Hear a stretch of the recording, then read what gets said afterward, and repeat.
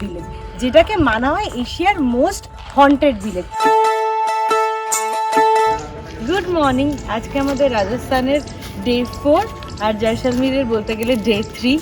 তো এখন আমরা রাজপুতানা ডেজার্ট ক্যাম্পে আছি। এখন ব্রেকফাস্ট করতে যাব। আফটার ব্রেকফাস্ট আমরা চেক আউট করবো, আর তারপর কী কী করছি সেটা জানতে হলে আমাদের সাথে কিন্তু পুরো ভিডিওটাতে থাকতে হবে। তাহলে চলো আজকের দিনটা ওইভাবে শুরু করা যাক। এখন বাজে 11টার মতো। আমরা বেরিয়ে পড়লাম ক্যাম্প থেকে চেক আউট করে আজকের ফার্স্ট ডেস্টিনেশন এশিয়ার মোস্ট হন্টেড ভিলেজ। আর এই গাড়ি ভাড়াটাও কিন্তু আমাদের ক্যাম্পের পুরো প্যাকেজের সাথে ইনক্লুডেড ছিল। এখন আমরা এসে গেছি কুলধারা ভিলেজ, যেটাকে মানা হয় এশিয়ার মোস্ট হন্টেড ভিলেজ, যেটা জয়সলমীর সিটি থেকে মাত্র 20 কিলোমিটার ডিস্টেন্সে অবস্থিত। 13th সেঞ্চুরিতে এই ভিলেজটা তৈরি হয়েছিল। নর্মাল যেরকম অন্যান্য গ্রাম হয় এরকম এখানে 800 জন মতো মানুষ বাস করতো। রাতারাতি 18th সেঞ্চুরিতে ভিলেজটা গায়েব হয়ে যায়। এর পিছনে অনেক রিজন মানা হয়।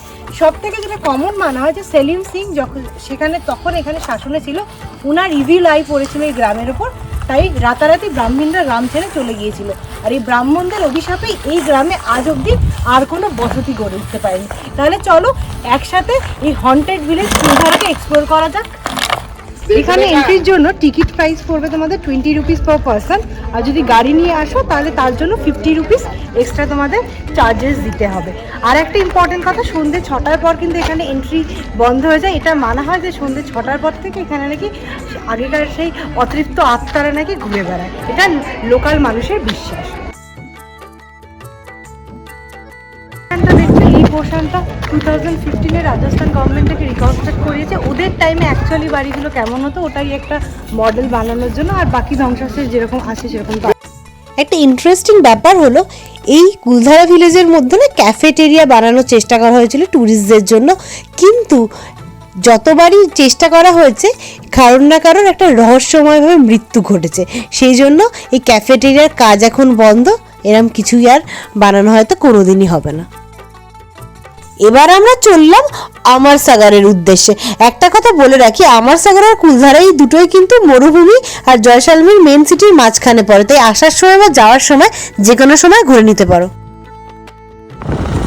আমরা এখন এসে গেছি আমরসাগর। আমরসাগর একটা ভিলেজ যেটা জয়সলমীর থেকে 2 কিলোমিটার দূরে অবস্থিত। এখানে একটা জৈন টেম্পল আছে আর ভিতরে একটা লেক আছে।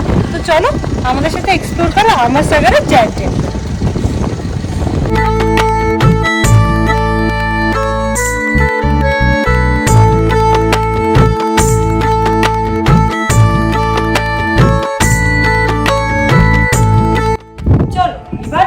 মেইন মন্দিরের দিকে।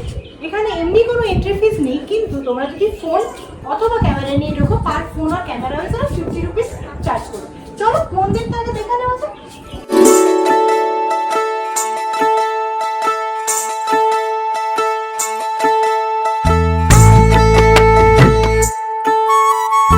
তোমরা তো জানোই যে রাজস্থান একটা মরুভূমির এলাকা। এখানে না জলের খুবই অভাব দেখা যায়। দেখো এই এরিয়াটা আগে পুরো লেক ছিল, আর এখন শুধুমাত্র ওইটুকুই জল কিন্তু অবশিষ্ট রয়ে গেছে, দেখতেই পাচ্ছ।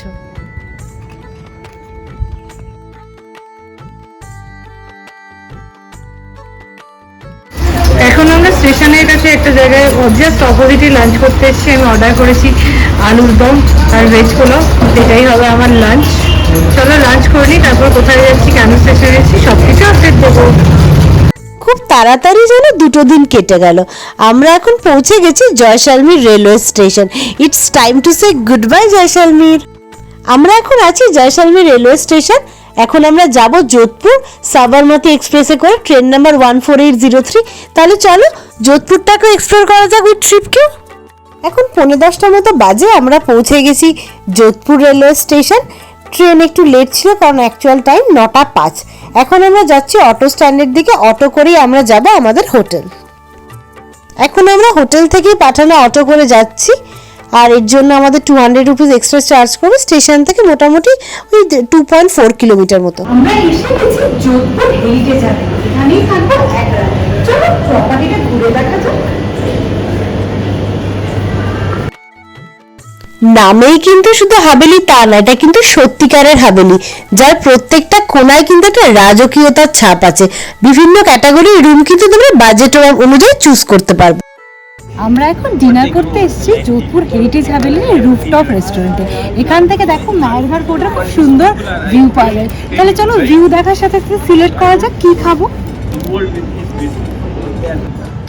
সুন্দর মেহেরগড় ফোর্টের ভিউ আর সাথে চিকেন বিরিয়ানি আর আইস টি, আর কি বা চাই বলো।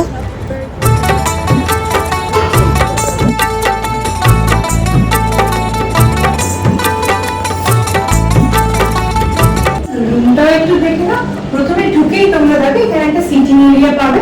ঠিক সিটিং এরিয়ার পাশেই তোমরা যদি দেখো এখানে একটা ওখানে হচ্ছে ওয়াশরুম। ওয়াশরুমটা একটু সাইজে ছোট হতে পারে, বাট ক্লিন আর কম্প্যাক্ট দেখতেই পাচ্ছ। চলো এবার বেডরুমটা দেখা যাক। রুমে এন্টার করে তোমরা প্রথমে একটা কমফি ডাবল বেড পেয়ে যাবে, দেখতেই পাচ্ছ। এসিও কিন্তু অ্যাভেলেবেল।